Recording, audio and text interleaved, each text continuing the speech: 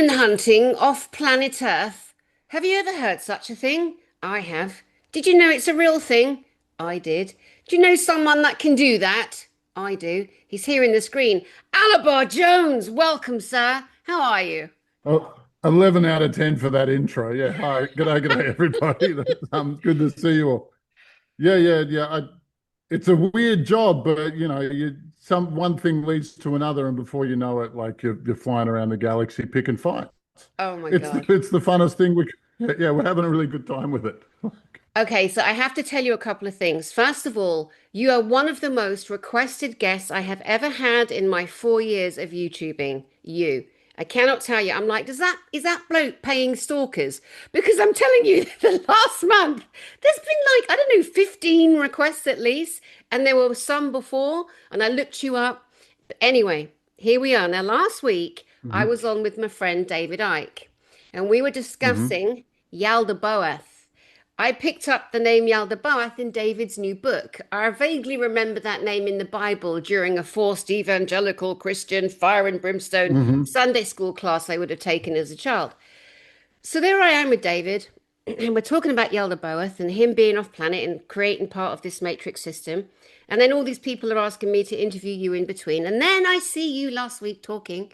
Two girls. One girl was channeling a demonic, and it wasn't in her body, Hmm. guys, and she wasn't being possessed. She was channeling, and this great man will tell you what that means. But I thought, my God, what is the synchronicity going on here? The divine orchestration of me now connecting with you, David Icke's Yaldabaoth. Well, it's just beautiful. It's the soup that's meant to be eaten and endured and nourishing everyone's soul right now. So please, who are you? Who is Yaldabaoth and what am I talking about? So I've done 40 or 50,000 hours of astral projection, and I run a team of other very experienced astral projectors. Everybody on the team's done a minimum of 10,000 hours. Like there's no passengers on this ride. And what we're doing is, I always thought if love and light actually worked, we wouldn't be in the situation we're in. We wouldn't have the lockdowns. We wouldn't have had the great health crisis of 2020. We wouldn't be staring a digital ID and all of the drama that goes with that in the face. Like none of that would be happening if love and light actually worked. If love and light was the antidote to all of our dramas, it would have already solved it. And so I've taken a very different approach. And when the when the health crisis kicked off in 2020, I recognized it for what it was. It's the ultimate power grab. They're actually trying to squeeze the vice closed on humanity. And so all I thought was, well, I'm not going to go down without a fight. This little black duck's not going to disappear into the night. And so I started astral projecting. I started picking fights with demons, and I'd start going into their dimensions and killing all their personnel and trashing all their infrastructure and closing down this. And that was today. And then the next day, I'd pick another fight on another topic, and I'd just try to reduce their numbers as much as possible. I realized that if I kept doing this solo, I would sooner or later I'd get hit. Sooner or later, I'd probably last 3 or 4 months before they knocked me back. And so I started a YouTube channel and I started telling the stories of, mission reports. We went out, we did this, we encountered that, we destroyed it. Now, the dark side is less capable of doing X, Y, or Z, right? And I think there's 300 or 400 videos on that channel now. It's getting silly. At the moment, we're running 5 missions a week, and there's about 25 of us on the list who go out and do that sort of stuff. So we pack a punch. But the thing, and that's one of the innovations that we're doing. We're astral projecting not solo, but as a group. And the other innovation is we're not using love and light. We don't, and what we're finding is that the rulership caste of our planet is universally possessed. Like there's human bodies with demonic intelligences in all of the big offices, all of presidents, all of war ministers, all the economic ministers, all of those guys.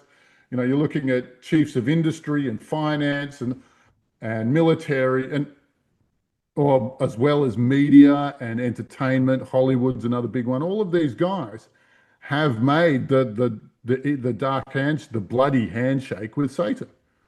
That's how they're getting the job. Once you're in that circle, then you're eligible for some of those big jobs. Canada had 101 more qualified candidates than Justin Trudeau, who was a primary school teacher before he was forwarded as president.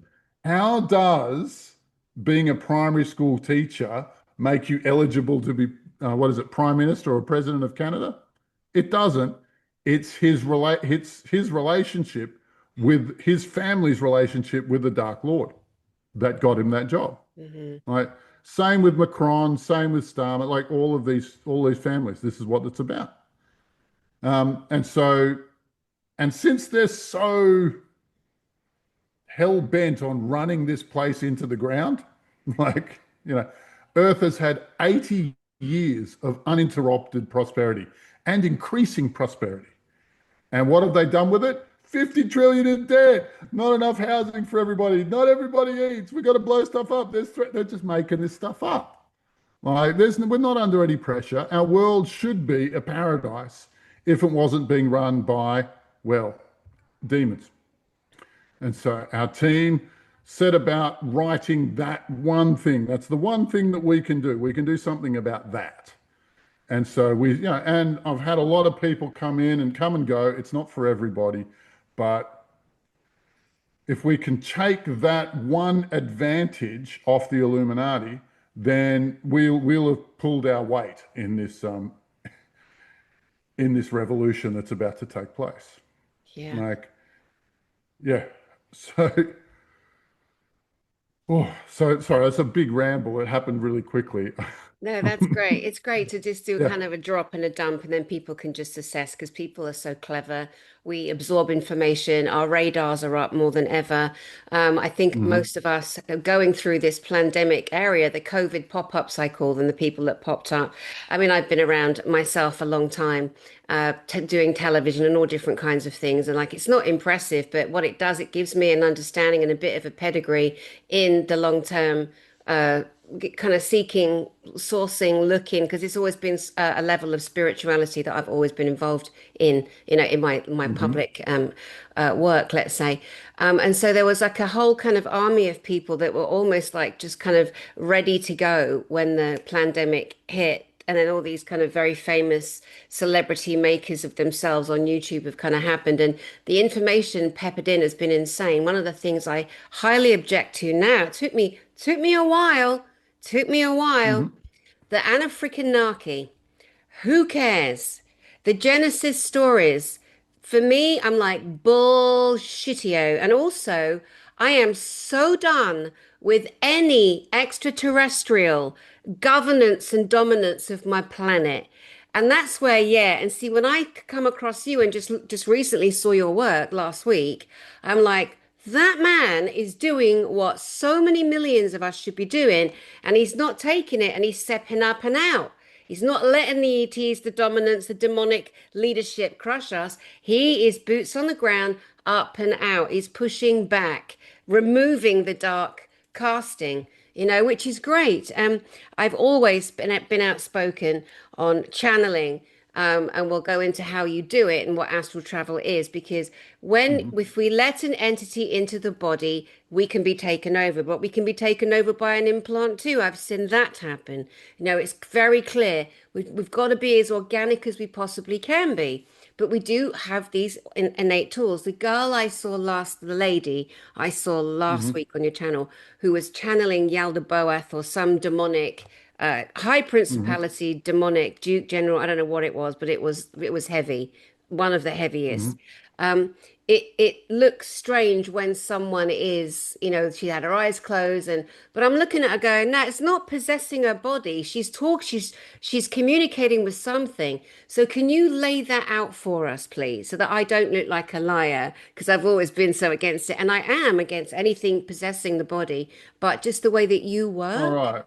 Yeah, yeah. So it's a technical detail actually. Like, now, so I'm probably the leading exorcist in the world at the moment. Or if there are better exorcists, I haven't found them. I don't know anybody else who's doing more research in this topic, right? And I'm looking. I really haven't found them yet. But I'm open to some help, really. But what we're but the difference between possession and channeling is that with possession, it's definitely on the demon's terms, right? And the demons aren't necessarily trying to get messages in here. This is not the name of the game for them. What they want to do is they want to stimulate emotions. They want to stimulate, anger or hatred or despair or whatever their particular brand of nasty is. And they want to stimulate the person, hopefully at a key moment, so the opportunity in their life passes them by, or they trash the relationship that's really good for them, or whatever it might be. Like sabotage doesn't happen to people, it happens because of demons. But this is a very, very distinct. And I do a procedure where I'll take the demon and then put the demon into channel during the session so that the demon will talk out of that person's mouth. And I interview them. It's a fascinating conversation, but I think I would have spoken to 1,000 individual demons easily by now. And the story is very, very similar. They don't care about us. They just want to manipulate us. If it's an anger demon, it'll try and stimulate anger in a person. And then hopefully that person, they'll put one point of anger in, and hopefully that person will pick up the anger and spin it through themselves and create 20 more points of anger that demon can eat. Because that's its particular fuel. That's what it's about. But channeling, completely different game, completely different goals. Like the point of channeling is not to siphon emotional energy out of people. The point of channeling is there's actually a microphone in the head, a spiritual microphone. Without all of the hippie waffle that goes with it, it's a damn microphone, right? And if you bring a spirit up to it, it will talk to you into that, and the person can then let those words come out their mouth. That's I wouldn't even. It's a controlled situation. I wouldn't even call it temporary, limited possession, because the channel can boot them out at any moment they choose. There's no threat to it. That being said, I only call in demonic channels for people who are already have the infection, because if they get in there, I just don't trust them to not try and jump across and deposit themselves in a body and do all that sort of thing. So, it's just not a good idea to give them an inch, because they'll take a mile if they can. Yeah, And they, I don't know. Is that helpful at all? yeah, yeah, Does that help? definitely. Yeah. What did you mean though by you only let someone channel a demon if there's if they have the infection? If they already have the demon in them, then I'll call them up to the front of the personality and talk to them. But I Right, won't introduce a new demon to a person, right. because the demons won't behave themselves in there. Like, Yeah. yeah. And you mentioned that when you when a demon comes along, their goal is to really enrage the host or the person they're connecting to, and they will eat that. They will eat that energy because that's their agenda. Can you go a bit more into that? Well, look, so some demons are all about despair or depression or anxiety or worry or jealousy or hate or whatever. There's a whole bunch of different negative emotions. And each of them and we've logged 14,000 different models of demon, right, that are trying to stimulate 14,000 individual emotions. God, how exhausting. And Ugh.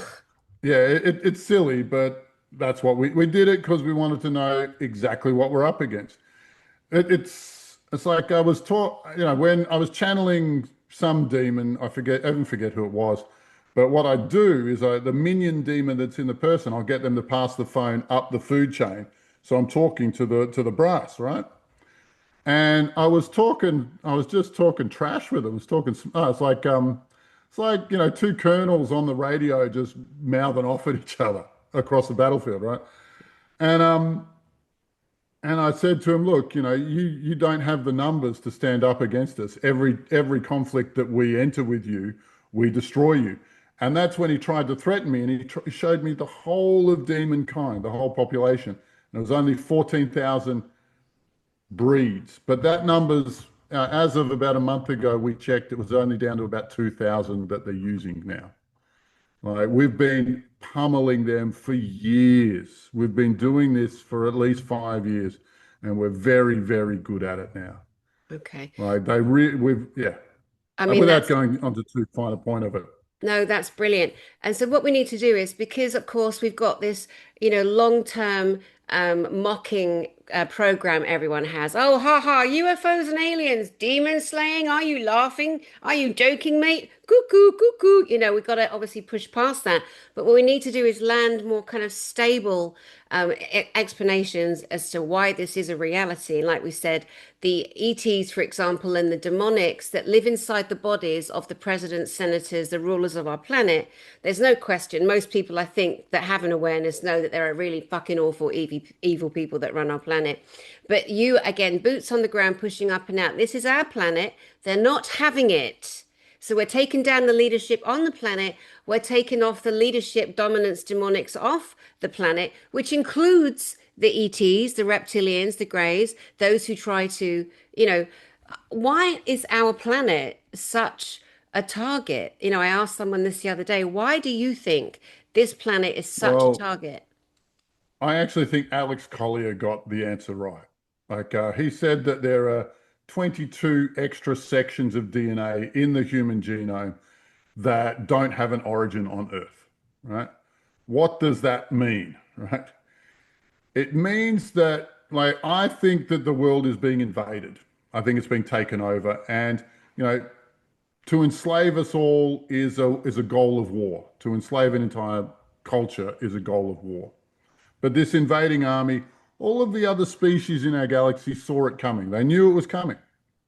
And so they took the Neanderthal chassis and then they took and like they all gave a little bit of their DNA, right? Their best parts. So it's kind of like a car where they got the Neanderthal chassis, they got the motor from Ferrari, the drivetrain from Lamborghini, Toyota made the fuel pump and the carburetor and blah, blah, blah, blah, blah.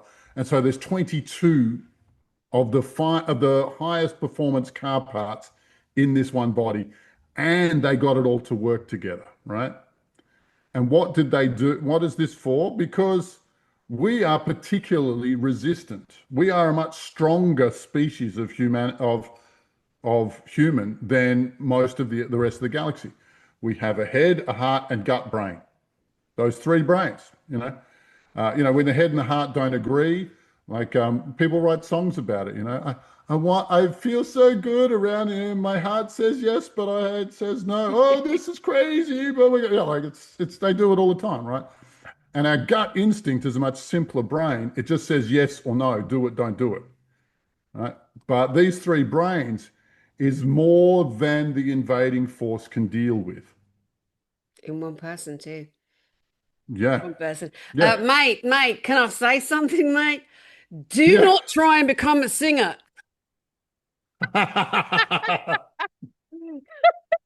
Yeah.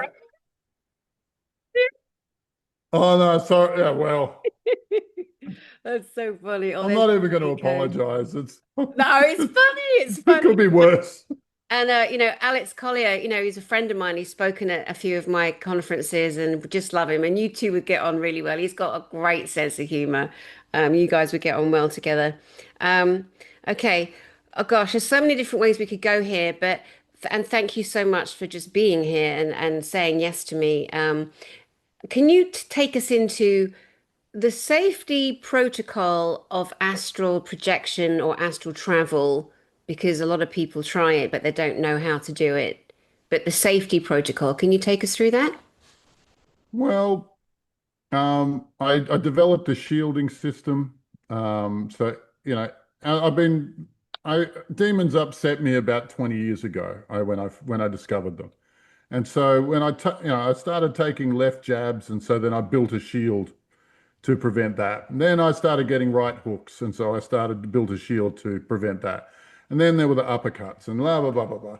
And so now I have a collection of shields, which is 475 to 500 shields that I've developed, which are counters to every move they make. So everything they do, they can't get me. I am very much a serious problem to their entire culture and their being. Uh, and, and I revel in it. I actually love beating these guys up. I absolutely adore it. But if you do take the demons out of somebody, they get a new lease on life. Like the spark comes back into their eyes, the happiness back into their hearts, and all of the storm in their head just disappears. Like, they start thinking one thought at a time instead of trying to think three or four at a time. Try and think three and four before the last thought had finished. Like it's really, really bad for uh, the non-physical system to have those parasites as part of you. It's actually really, really bad for people. And and I will say that I've come to the conclusion now that all mental health problems are caused by demonic interference. I agree. I agree. Yeah. I Schizophrenia is don't, possession, sadly. where do the who else is the candidate for the other personalities in a schizophrenic? Right? Who else could it be? What better explanation would they be for demons, right? And and if you're still not sure about demons, like the Jews call them Ouija, where we get the word Ouija board. The Muslims call them jinn or genies, and we know stories about that. Christians call them demons. The Hindus call them butpret. The Chinese religions call them mogwai. Like everybody's onto this story except the New Age movement. It's like they're edited out of the New Age movement. It's a really big gap, and it was what I was looking for when I first started self healing. I didn't know I didn't really understand it, but I knew there was something deeply wrong with me, and as it turns out, exorcism was the solution to that. It just took me years to figure it out for myself because there wasn't anyone else around to do it for me. Mm-mm. Like it was really difficult time. Wow. Let's go back a step because your kind of primary story is obviously very important as to what led you here today, but there's just so much good stuff we need to talk about as well. Yeah, yeah. So, back to astral projection, astral travel. Is astral Yep. projection and astral travel the same thing? And how do we do it?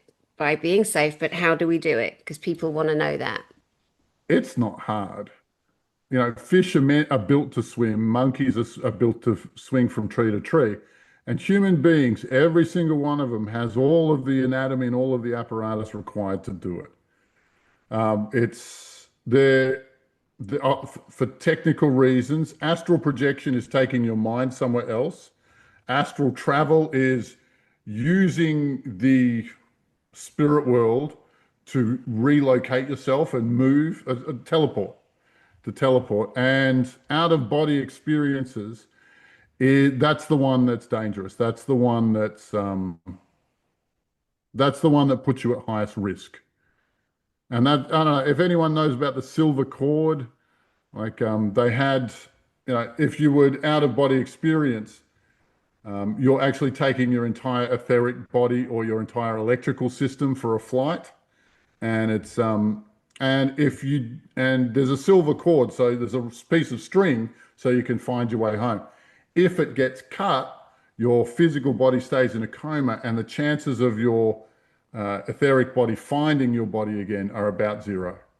And there's a whole bunch of procedures in different religions about trying to get their people back that happens to.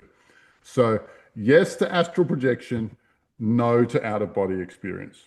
Okay, that's where I'm at with that. And I can't say it any clearer. Like the stuff I'm teaching has no risk. Okay. So, how would somebody astral travel?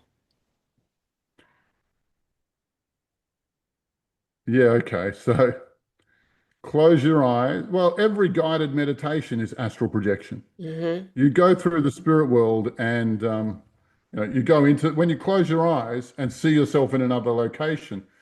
That's a real thing. That's an astral projection. Your mind has gone to location B. Like you are at, you've gone somewhere else. And it takes a while for your third eye to get used to seeing in full technicolor, you know, uh, was it 24 frames a second or something like that, to having good visuals, because this piece of apparatus in here has atrophied in most people. We don't use it. We never use it. And what do they put in the water? It's why has that word popped out of my head? Fluoride. That's the word. Yeah. Fluoride's there specifically to shut that down. That's what it's good for. I don't, yeah. And so there's this hump, where people learn to meditate and they learn to start astral projecting. But if they're not good at it right away, they give up, right? And so it's kind of the same as like I pick up the guitar, but if I don't play like Jimi Hendrix in the first month, I don't want to do it. And so that's the reason why not everybody does it. It does take a bit of practice. And I will say I was the worst student when I started, and it was just through sheer willpower that I did enough work to get to the top of the game, right? To get to the place I'm in now. And there were plenty more competent people, but at every stage, every hour of meditation that I put in paid dividends. Every minute, every hour was worth the time. I'd do it again in a heartbeat. Hmm. And there are a But lot of people that, sorry, yeah, carry on if you're going on that same track. Go ahead. oh no, no, I can ramble about a lot of things, but we should probably also like, we should probably also get back to the aliens at some point too. Okay. All right. Let's just go back to the part where you were sharing that you yourself at one point were in trouble. You obviously had entities in your field. I can relate. I was at the point of almost Mhm. full possession. And I feel like if I can admit that, on bloody YouTube, then other people should be okay with considering that maybe they have or have had entities in their space, because the Bible's not going to get rid of them and Jesus isn't going to come in and dust them off you. This is a journey that everyone's on. Now, it sounds like you yourself have had attachments that you recognized and Oh, needed to. Okay, so go ahead. How did you get them? How did they get there? Do you know? look, yeah, a bunch of things happened to me in my childhood that weren't good, and I can see, understanding the technicals of it, that's where they came in. And so when a kid goes into great despair, he goes to an astral location of great despair. And the worst thing that can happen there is he meets one of the beings who lives in great despair, and that thing jumps on him. Unless you meet somebody who knows what they're doing, they're stuck with that for life, and depression can really sink in. And it's the same with anger or jealousy or whatever, what have you, right? And they love preying on kids because kids are easier than adults. They don't have the mental defenses required Hmm. to beat them off. But yeah, and so I did a whole bunch of crazy things, but I ended up in Alcoholics Anonymous. And those guys saved my life. I was the youngest person there because I was probably the craziest. And when I got in, there were four people in that club who committed suicide. We went to the funerals and all that in the first six Oh months, no. and I couldn't figure out how I wasn't going, that wasn't going to happen to me. And so I did the 12 steps. I the one of the fourth step is the confession step, and it's not a general confession. Like I spent 2 weeks crying my eyes out, writing out all of the horrible things that happened, right, and just Mm. really taking ownership of. But that was my first healing event, right? Like all of my guilt, all of my shame, a lot of it left. So I did that again about 3 months later, and I lost more of that shame and guilt. And I did it again, and I lost more. But it was a diminishing returns, that exercise. So I was out there looking for something else. And the 12 steps mentions God 6 times. Six of the 12 steps mention God. So I thought, well, I better bloody go get one then, eh? And so I went to the old school Christians, and they were useless. I went to the newer happy clappy Christians, and they were nice people, but they didn't have a method for what they do. I went to the Buddhists, and the Buddhists have something, but you have to hang out with them for 5 years and put on the orange robe before they show you anything really interesting. But the hippies just wanted money. So I gave them some, and I did a course in theta healing. And it's about reprogramming your affirmations or your core beliefs. And that was great. So I did the next course, and I did the third course. And on the third course, they showed us parasite spirits or negative entities, or um, there's lots of different names for them, Klingons. I looked at that, I was covered in it, and I thought, oh, this explains it. Yeah, okay, I'm going to sort this out. And I even offered to pay my instructor as much money as she needed to show me how to deal with them. Because I was going to the AA meetings, and I was scanning all the people in there, and they're all covered in them too. But there really is something here. There's something going on. There's a connection here, right? And as it turns out, I couldn't find anyone in the West who really knew what they were talking about. So I made the spiritual pilgrimage to India. And again, I gave money to a few swamis who were full of it and like didn't get very Oh, I've far. met those. I've met those. How did you get your money? How did you get your money from being a little boy and Oh, trauma and go ahead. I'm a construction guy, so I did a lot of construction work. In Australia, it pays about double standard wages. So, and I didn't mind working hard. I didn't mind it. So I did a lot of overtime and I like when I was sober, I wasn't spending all my money on booze on the weekends. And I'm going like, I've got more than I know what to do with. Yeah, nice, Yeah, nice. so it was a positive outcome. But I went to a town called Rawalsa and I prayed at the temple there. And there's a temple to one of Buddhism's early heroes, a guy called Padmasambhava, who's been dead 2,500 years. But I slept in the hotel that night and he came to me in my dream, just said, do this. And I go, okay, got it. Yeah. I woke up, okay, I've got it. And it filled me full of more dreams, told me okay, I get it. Yeah. And then do that. Then, oh, right, okay. And then I woke up in the morning and I gave everybody in the hotel a free treatment. And it was just to exercise it. And it worked. And it worked. It was gold. Like my spiritual quest to India was fulfilled. And since then, I've discovered that there are several different models of demons that penetrate the human system in different ways. Um, and I discovered the one that I was really looking for, and his name is Al Ghul. He's a Muslim deity, and in Spain, where the Muslim and Christian empires met, he's called alcohol. And in English, he's called alcohol. And so when we say drinking spirits, it's not a general term. We're specifically talking about that spirit, right? That guy, Al Ghul. And so just like ayahuasca, you invite the deity of ayahuasca into your body and she shows you nice things, right? She tells you how to be a better person. Well, Al Ghul's a little bit different. You invite him into your body and he shows you how to be a worse person.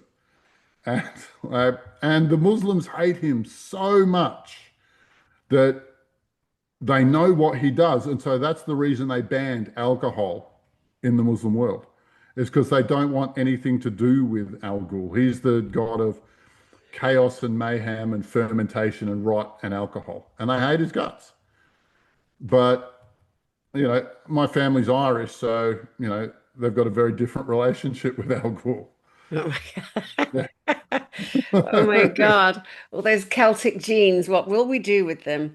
Goodness me. So India was really your big awakening then. So now you're able to scan for parasites, Klingons, demonics, entities, all different Yep. energies in people. And so okay, so then how old are you at this stage? I was 32 or something like that. But, I kept going and I did all of the courses I could find. I ended up having 15 different instructors, and all of them told me this. They all said, our system is complete. You don't need to study anything else. Every single one of them said that to me, and they all taught me something different. So, you figure it out what's going on there because there's no standardization. There's nothing like that in this industry. It's on for young and old. Hmm.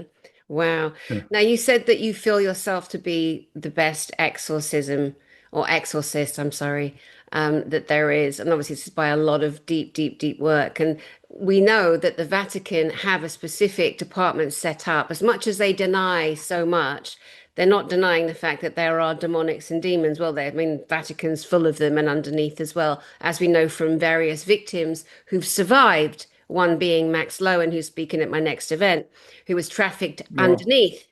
And we have wow. to be strong, we have to be firm, we have to speak. That's what this channel is about, is disclosure. It's basically telling all the secrets of everything ever because it's time. This is our Mhm. planet. But the exorcist department at the Vatican is taken very seriously, and they have personnel priests, so they or whatever they're called. They're not called monks. They would be called priests, wouldn't they? I don't They bother. have an exorcist, they have an exorcist unit, but I Yes, don't know if you an order of exorcists, yes. yes, And they even have an international exorcist association, I found out last week. yes. That's So very I'll true. be knocking on their door and find out what's going on there. Right, What right. they're So I just happen to have myrrh here, and I left my hmm frankincense upstairs. I just happen to have, and this is just happened to have my little thing where you can't hear it. I hmm just got this, my first one. Um, hmm Bloody tiny. I thought it was going to be big. Look at the size of it. I was so Are you annoyed. are you gonna tell us that size matters, Danny? Indeed, I am. Indeed, I am. So anyway, I was hoping for but anyway, on the internet you can't really tell, but it's small, guys. Maybe get a few peanuts in there. I when I'm doing a clearing or whatever, I'll use my Tibetan chimes because anything high pitched, the demonics they hate. They hate. And look at this. My friend Carmel got me. I know I showed it to you earlier, but to the audience. Mhm. It's so sad you can't hear it. It sounds like a church bell and it's a glass pyramid. Oh, it's just so beautiful. You can hang it over you, just clear your space. Oh, it's just so gorgeous. So what tools do you use, if any, when you are exorcising parasitical entities on someone? Um, yeah, none, nothing external. Um, a lot of cultures use smoke. Every temple uses incense. If it's Hindu or Jewish or Islamic or Christian, they all have some kind of incense. If you're North American, you use sage, or if you're Australian, you use gum leaves is their tradition. But this and everybody's into that. It does not kill them. It is caustic to contact with them is caustic to evil in general. Like smoke is caustic to evil on contact. So that's why they continually smudge churches and temples, etc., etc. However, like if a demon comes in contact, it will leave, wait for the smoke to clear, and come back. It's not a full it's not a complete methodology. A lot of even those who are astrally capable, like will find an attached spirit and they'll pull it off. But if you don't put it to death, you'll see it again. If also it will have created an anchor in wherever it sticks to. And that, how I was saying before that it will put one unit of anger or jealousy or remorse or whatever it is into the person. Well, that becomes a deposit of those emotions in the body. And if you don't pull that out, then one of his brothers will come to take his place within 72 hours. It's a very common mistake in the exorcism and the negative entity dealing with world. That's fascinating. Okay, so how do you put a demon to death in your practice? Well, if it's a despair demon, you give it hope. If it's an anger demon, you give it calm. If it's a jealousy demon, you give it acceptance or whatever the story might be. But when these two energies come together, it reaches zero. It comes down to nothing, and the entity goes into 0 point. It disappears from existence. It's no longer a problem to anyone. Wow. Without question, I would imagine any and all demonics are negative. So anything positive you bring, you're not going to get a happy dancing clappy demon, are you? Because that's more of an Well, angelic no. expression. Well, they fake it. They fake it sometimes in order Yeah. during introductions, but their entire culture has no fuel. Like we're connected to source, so we have constant life force flowing through us because that's the gift that source gives us. They don't have that, and without it, they need to get life force from somewhere. And since we're not giving it up freely, they decide to do it by stealth. And so we are told they don't exist. We're told that it's not real. But by our leadership, who are 100% in that religion. But they attach to people, and they siphon from people without them ever knowing. Sometimes they think people just think they're having a bad day, or maybe have got like a bit of an issue with anger or shame or despair, or maybe these bad feelings. But the chances are, if it's a repeated pattern, if you're constantly feeling that way for no apparent reason, that's what you're looking for. That's a very serious symptom. If you and your partner have the same fight over and over again with just little variations, if you guys, what's happening there is demon A is provoking demon B, and the two of them are feeding off each other through you two. That's so important for people to know. I don't have a boyfriend, so I'm not dealing with that. Because I'm feisty enough already. But that is so good for people in partnerships to hear, that they're not just, themselves irritating, but there's potential energy attachments. And it doesn't mean people have to get over their ego. Our egos are so big. Oh, I couldn't possibly have a demon in my space. I had loads, mate. I had loads. And Yeah, you yeah. got, but I had higher than average number of demons. I had a yes, far higher than average number of mine were demons. more violent than yours, Alobar. You sure? You sure? So tell some of the Yeah, mine people. were way worse news. Way worse news. Mine were bigger than yours. Oh well, I haven't had a demon off in ages. I haven't. It's competitive possession I fears. love it. I love it. Um, let's tell people from your perspective, and I'll share a bit too after you. The demons that you physically seen, what do they look like? They okay. So, like I said, there's several different models. Um, the simplest version is the Klingon or the attached spirit, and that's intellectual.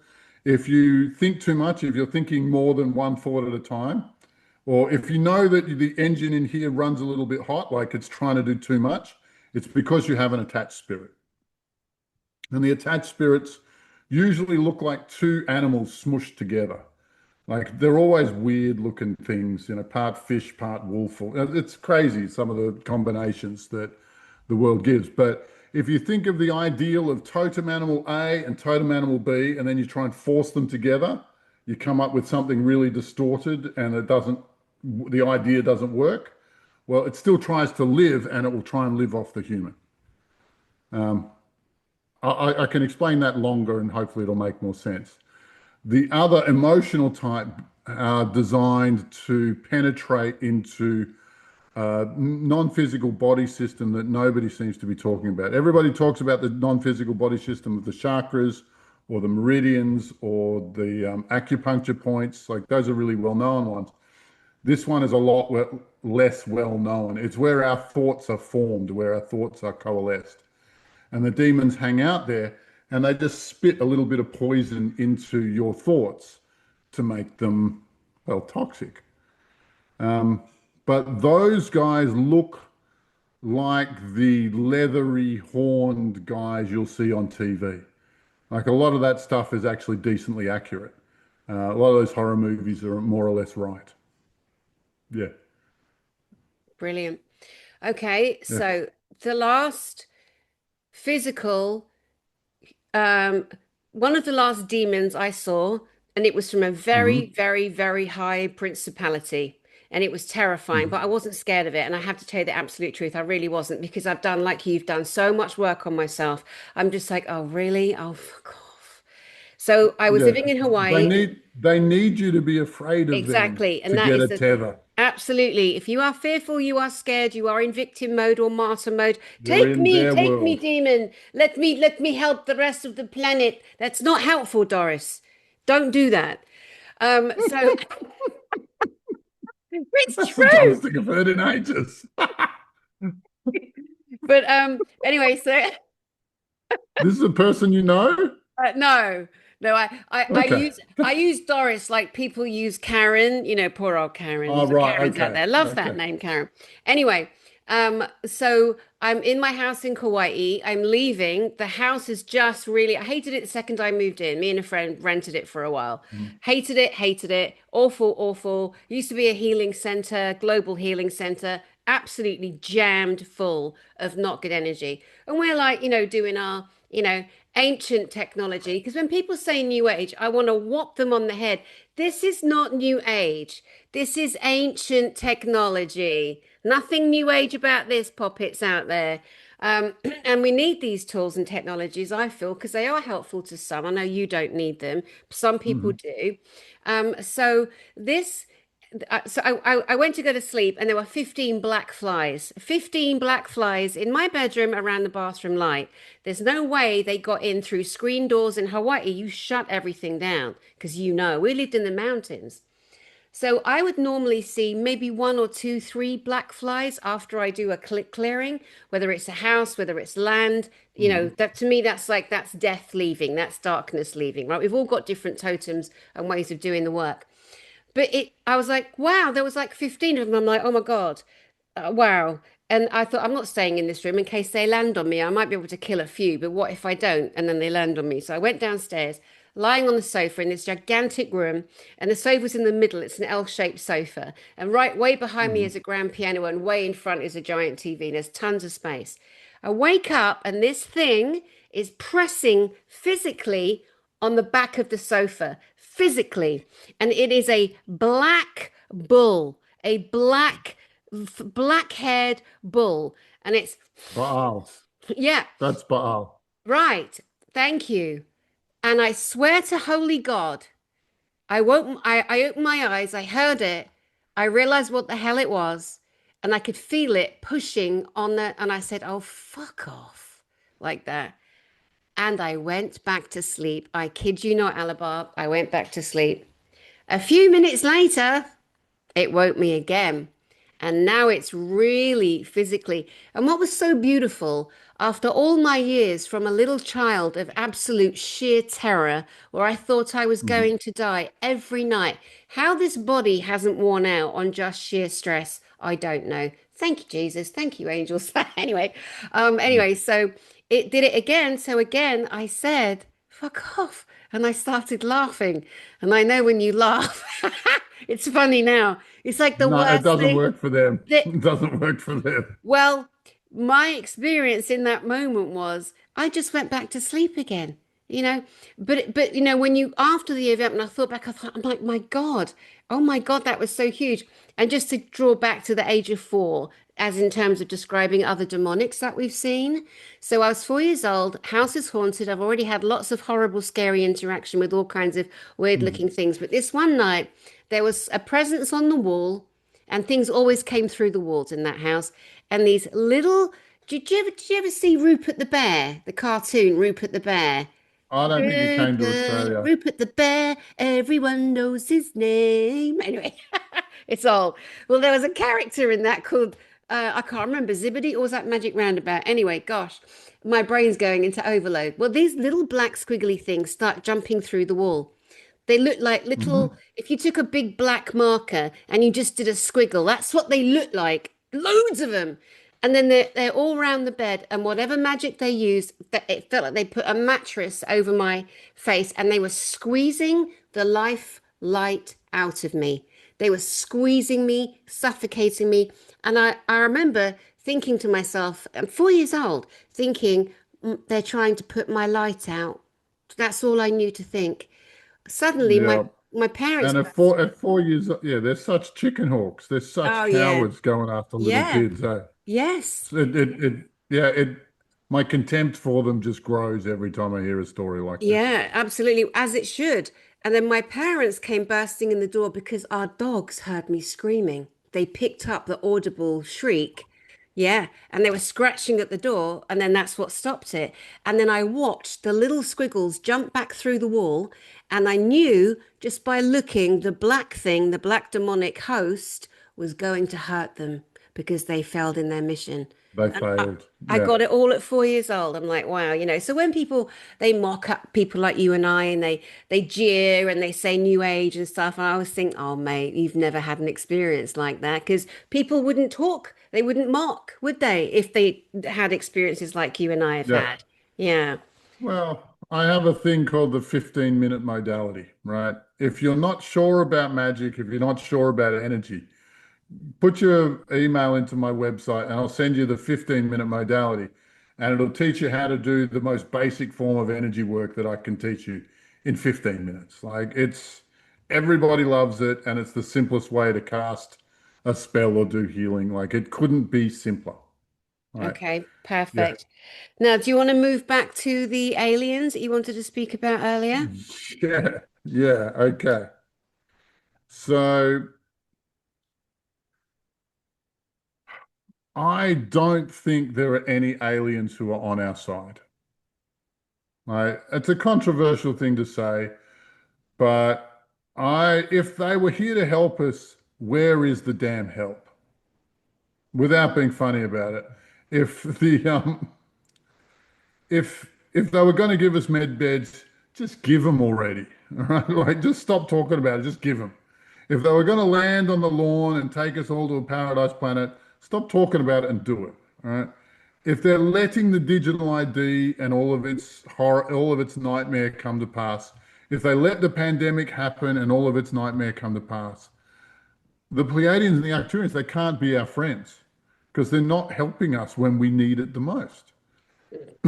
There aren't even, and it's not as though they even need to get militarily involved.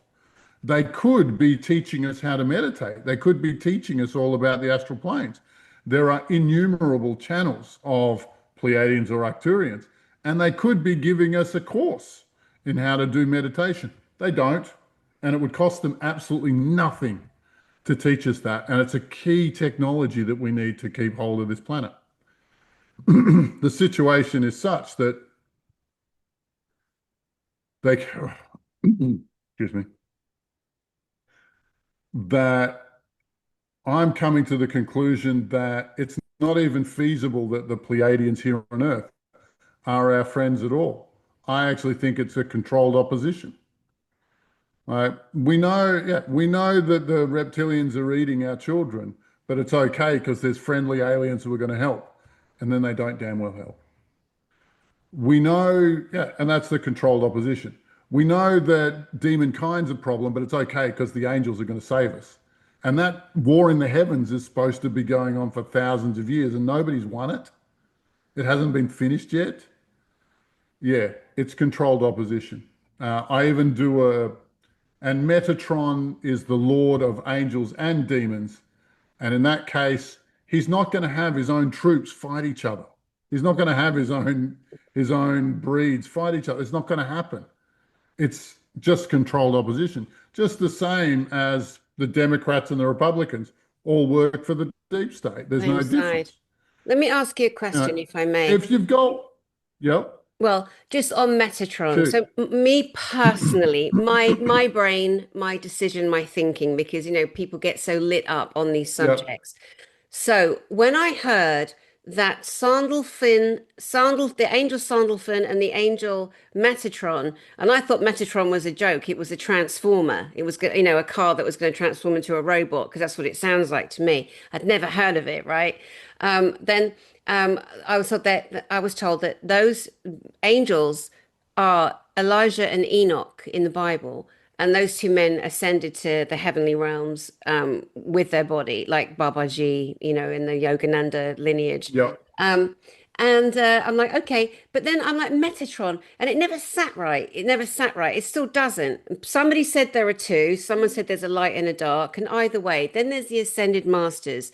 I have nice, good, loving feelings when I sit with a frequency with one of them. So to me, Danny Henderson, that speaks with my own mind, not handled or controlled, I Mhm. like how some of those energies feel, and I think they have a value. And if some of their stories are correct, that they have done great while they were here on the planet, that's okay then. Of course, you're not going to have one ascended master save the whole world, and Jesus isn't going to save the Well, whole yeah, world. yeah. I thought that was the Jesus story. That was the whole Christian Christian story. You have one ascended master who does everything. His bag of tricks is unlimited. But we forget that he lost a fight to Satan. If you read the New Testament, he says it 5 or 6 times, get behind me, Satan, gets behind me, Satan. And he obviously lost that fight and ended up on a cross for it. Like, that ascended master he's a nice guy. I'll not say bad things about him, Yeah. but he you'd hope you've got more strings to your bow than just him. Like, it bothers me that that's the religion is that basic. So again, you're saying that you think all extraterrestrials are not for our highest good. And it goes back to our opening statement where you are somebody boots on the ground, where you've recognized and your team have recognized that we are the ones that are going to have to take our planet back and not rely on aliens or angels or demons to take it back or make deals. Some bird out there, she said, and this really, really undid me, lit me up. She's like, the Galactic Federation of Worlds are waiting to allow Earth to join membership with it and other factions off planet. And I remember thinking, rude, rude. How? What? Oh, we have to wait. Oh, please, can you give us permission to join your membership? Uh, wow. And people believe it. Well, look, They believe it. It's so crazy. our team was flying missions for Galactic Federation of Light, which, and I don't know why a Galactic Federation needs a rebrand every 5 years. I don't understand that. I don't There's get, a it's few of just, it them. bothers me. But It bothers me. yeah, yeah. And no, it doesn't make sense to me. But we were flying missions for GFL, and we came to the conclusion one day, well, we're not fighting for humanity. We're fighting for the best interests of Galactic Federation. And we tried to get in touch with the Pleiadian High Command. We sat in channel for like 20 minutes before anyone would show up because they just refused to pick up the phone. We wanted to ask them difficult questions. Go, where are you? We need this, we need that. Earth's in real trouble. Are you going to help? They just wouldn't pick up the phone, right? But we sat in channel for 20 odd minutes, and you'll find this on my YouTube channel. And then somebody else picked up the phone. She identified herself as part of the Pleiadian religious propaganda department. And it's her job to keep us humans busy while the invasion takes place. The and the channel went for about 20 odd minutes, and the conversation, we were just completely boggled by the conversation. And it ended when that person got the channel cut. Like whoever was on the other end of the phone got taken off the phone. And I've since done a handful of other Pleiadian channelings, even the Commandant for Earth, and that video is on my YouTube channel as well. And he says, "Yeah, no, we're not here to help you. We'll lie to you for as long as as it takes, but we're not here to help you at all." And it gets even weirder, right? Imagine that you have two opposing armies in the same city, right? It's not going to that peace is not going to last. So the reptilian army and the Pleiadian army are sitting there watching each other, and nobody has fired a single shot for hundreds of years or thousands of years. The conclusion is they're not fighting against each other; they're on the same side, Mm. and it's just another controlled opposition story. Yeah, I mean, it's going to be so heartbreaking for people to finally kind of maybe even have these thoughts because they're so governed by other people they see as leaders. And, I've made that error myself too. So now I'm just like really back to basics, feeling into it, finding out and recognizing that it's us. For a while there, I was trusting Anunnaki voices through another person. And then because I've seen such bad behavior, I'm like, well, if he's a good bloke, why is he letting such bad behavior take place? It doesn't make sense to me. I'm not having it. I'm not having it. And of course, there's tons of people, and God love them all. And I do mean that. I do mean that. I mean, Mm, I don't wish harm to anyone. I do not. And when I rattle people's cages and I rattle their demons and I poke at them to try and be of service, to try and help, it's not everyone's cup of tea, of course. But totally. when people are so scared to tell themselves the truth, look in the mirror and say, "It's down to you, Doris. It's down to you, mate. No one's coming to save you. We are the adults we were screaming out for. So best we unify, join shoulder to shoulder." There are people that will go, "Oh, he was helping the Galactic Federation of Light," a name for a psyop, a CIA psyop, only with the light on the end of it. You've got Galactic Federation of Worlds, light, aliens, planets. It's very confusing. But the Galactic Federation of Light also, there was a contingency or an attachment to. I never bothered to learn it because it never sounded right to me. There's the Ashtar command and the I don't, it was very confusing. There's altogether too many groups. The mind boggles. Yeah, and sorry, yeah, but Yeah. if you imagine that you flew like, I don't know, 5,000 light years or whatever it is, 500 light years, I don't know what the numbers are, an incredibly long distance, and you stationed a series of ships here around the Earth to do what? What are they doing here? And it's even worse. Like, let's imagine that they are nice guys and they knock out the reptilians and push them off the planet, right? Let's imagine they do that. What's the chances that they're going to give us the planet anyway? Like, they didn't spend all of those resources just for us. Like, and if you know this is true because you're not traveling halfway across the country to buy a stranger some real estate, which is effectively what the liberation of Earth would be to the Pleiadians. They'd be just giving away a planet. Mm, I don't think the Pleiadian Empire would do that. But that's a whole nother kettle of fish. yeah. The This excuse. this this is a question of humanity's independence, right? And right now we're in an abusive relationship with our parents. And the only way that we can, and we've tried loving them, we've tried listening to them, we've tried understanding, we've tried negotiating. The only thing left to do is fist to face. Like, if we, and that's just our situations in this particular house. We have to fight our parents to get our own independence, or else they'll abuse us from here to kingdom come. In fact, they have very clear plans to do so through the digital ID. Like, let there be no, they don't try and make excuses for them. Mhm. Like, this is the last ditch, this is the last moment. It is the last moment. You mentioned that if they're all watching us, why aren't they intervening? And people out there are going, "It's because of the Prime Directive. They're not allowed to interfere." And I've come to the conclusion, bollocks. What a great excuse. "Oh, I'm sorry. We signed the Prime Directive, sir. Yes, sir. Yes, sir." Why would you use that as an excuse? We're not living in Star Trek. That's a TV program. Yes, soft disclosure to a point. But we are not here to be Yeah. taken over by the aliens. No. And if you're here to help, then fucking help.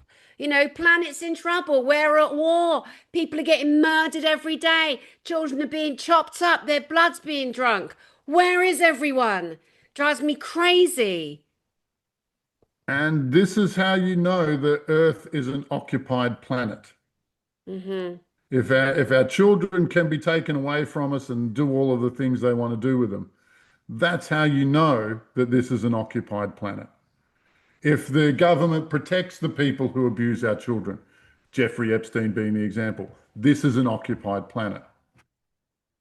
The aliens are not our friends in any way, shape, or form. And maybe there are nice Pleiadians out there, but they're definitely not here. Right? And I would suggest to you that the Pleiadian bodies they're using, they probably have the tech to clone and animate them or ensoul them or use them for the opposite team. The opposite team can take their bodies and use them as their people.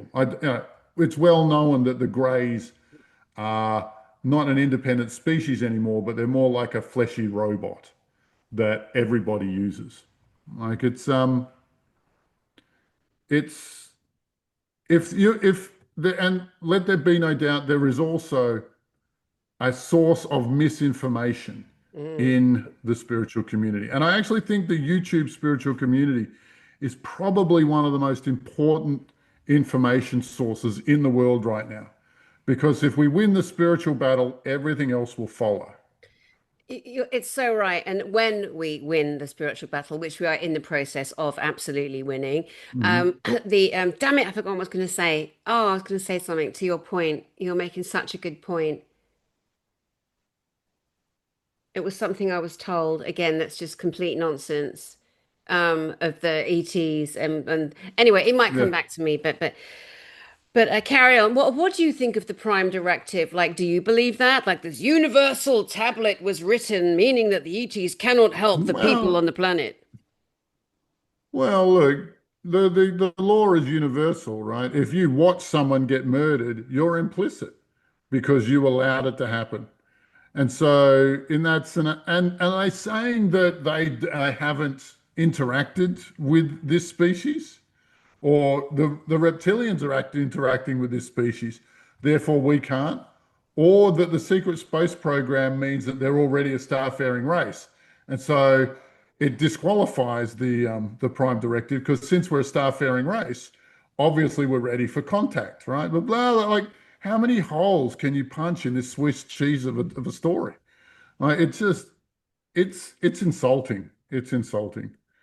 But I just want you to, there's so much disinformation in this YouTube world.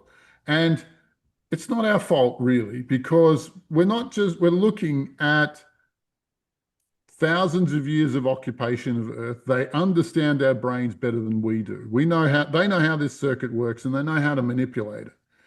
And they've had unlimited resources for a long, long time. And they create the stories that they think we will believe that distract us from the real issues. Yeah, Like yeah, yeah. if the SSPs, the secret space programs, have reptilian and grey groups working with the humans, and also Pleiadian and Arcturian groups working with them. Like there is no excuse for non-contact, but the reason why they don't tell us surface humans they're here is because the same reason you don't tell the patsy at the poker table that they're the patsy. Mm-hmm. Because how are you going to milk that guy if he knows what the game is? And that's why there's so much confusion. That's why there's so much drama in this scene. Yeah, yeah, it's crazy. When you were with that lady the other day and she was channeling, was it Yaldabaoth or Yaldabaoth or whatever however you No, no, it pronounce was it? the demiurge. The demiurge, but the demiurge and Yalda both are good friends. Um, I actually asked the demiurge years ago. Our team came into conflict with Yaldabaoth, and he is by far and away the toughest melon farmer we have faced ever. Okay, tell us about He him because that's what me and David Icke are doing on our next broadcast. he's fast. Like there is no faster demon out there. He exists partially in this plane and partially somewhere else, and he can phase in and out of our reality. He was tough to beat. And I'll tell the world what we did so that you might try that. We realized that he was too nimble for us to pin down. So, and we couldn't fight him in traditional methods. It didn't work. So what we did was we injected him with a little bit of dense earth energy. And once we injected him, he slowed right down. When that happened, we then built a seven-dimensional mirror prison. So a prison, and I'll help anyone who needs help to build one. Like, but we caught him in seven layers of mirrors that are constantly rotating. It took the demiurge said it took him about a year to get out, and he doesn't want to come anywhere near me since. I haven't seen him since. He doesn't want to be anywhere near me. But he's bad news. And yeah, like the demiurge, I'm not afraid of. Satan and Lucifer are kittens to what I do. But Yaldabaoth, he's something else. And if He was a mistake birthed by, if the Gnostic tradition's correct, he's a mistake that was birthed by Source. And he was a little bit of a, what do you call them? A special child who thought he was God and he thought he owned everything. And he's since been running around claiming everything is his. And Interesting. is he the spawning point of all this problem? Maybe. We're not sure yet. Like we haven't integrated him fully into our into the command structure of demonkind. We're not perfectly clear on that one, Okay, but he's at so the top, somewhere near the right. top. And so that's where David Icke in his book explains about him being the head of the material world, as in really the one who systemized this matrix that we're in, this prison that we're in. There are those that say Yaldabaoth or Yaldabaoth, there's different ways of saying his name, and Mhm. Enki, the Anunnaki, are brothers and they also compete for sport. Okay, good. Okay, but I don't I No, don't no, know, no. but I'm going to No. repeat what I heard in case it's true because we've got to share everything so we can then decide for ourselves. So Well, Enki and no. Yaldabaoth Look, are brothers and I'll they compete actually. for Earth. I I'll debate that. They do. Sorry, upper echelon. We're talking generals and colonels. Like at best, Satan and Lucifer are captains. But generals and colonels, they thwart each other's efforts just for entertainment sake. So I can understand why they think they would be competitive. But really, everybody's job is clearly outlined. Everybody stays in their lane. And so it's not likely that they're in open conflict with each other. It's more like, you know, it's more like they're just playing games with each other because they're bored. They're bored. That would be why Yalda both and Enki appear to be in conflict. Wow, crazy. Goodness Yeah. me, I know that we could spend just so much more time together. I just want to make sure that I have their prime directive, Yelda both, astral projection, out of body, dangerous, as you say. Um, Mhm. can you tell us how can we get hold of you? Can people come and join your classes, your courses? How do we find out more about you? Obviously, I'll put all details underneath, but just tell the audience what you're All right. offering is. Yeah, no, I probably have the most comprehensive astral projection course on the web, and amongst the most comprehensive spiritual courses. It covers, well, exorcism as well as medical intuition, manifestation, the structure of dimensions, Kabbalah. Like there's so everything. If you look it up, there's so much good material there, and it takes a year to do. We do a class every week. I have another group that starts on June 9, and if you put your email into my website, then you'll get invited. But yeah, go type in alabarjones.com and have a look around.